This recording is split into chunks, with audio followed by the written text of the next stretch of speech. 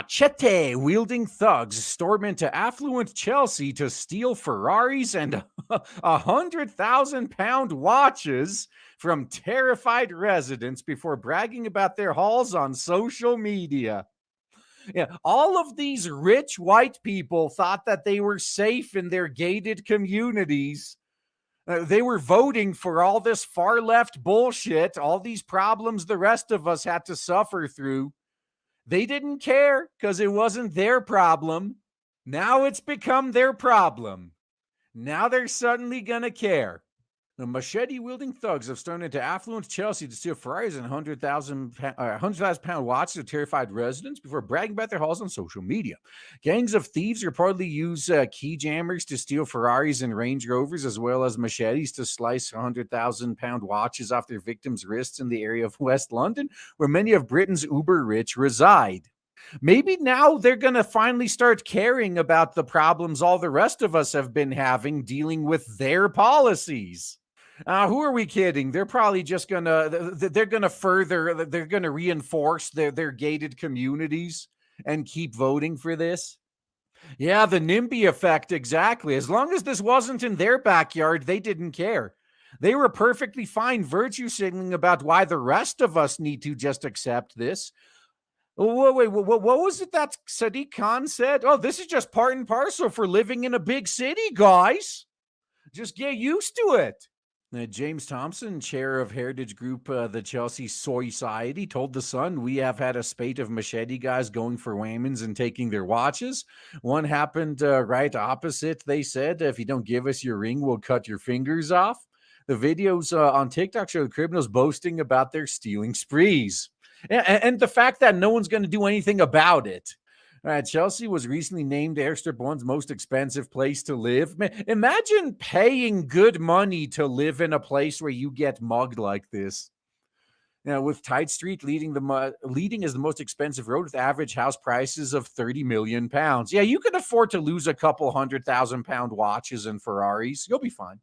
And one of the homes on Tite Street has a private security team and a guard dog squad to protect the property and its owners after crimes are reportedly getting worse in the area. Probably because of how these people have been voting. Chauffeur Asin told The Sun that one of his clients was robbed at knife point in current year -2. Yeah, a lot of these people that they think they're so fucking smart that they want to make a point. Like, oh, look, the U.S. has a lot of guns and a lot of gun crime, so clearly removing the guns would fix the gun crime. Okay. So you want to make us like Airstrip 1, where all the gun crimes just turn into knife crimes instead? All right. Now, the thief sliced his 100,000-pound Patek Philippe watch off his wrist as he sat outside a posh cafe. Maybe you'll consider reality instead of virtue signaling next time. His client was allegedly scarred by the incident, which caused him to sell off his entire 1.5 million pound watch collection. Other residents fell victim to burglaries. One Wayman's had 20,000 pounds worth of jewelry and tech stolen in a house invasion 6 months ago, during which the burglar went through every drawer and started from the bottom to the top. Should he have started from top to bottom then? Would that have been better? The same Wayman's had a Mini Cooper and a Land Rover taken by thieves. For her Land Rover, the criminals used a cloning kit which scans the house for a car key and mimics the key. She said they gain access to her vehicle in 15 seconds. All those security features, and that's what they amount to.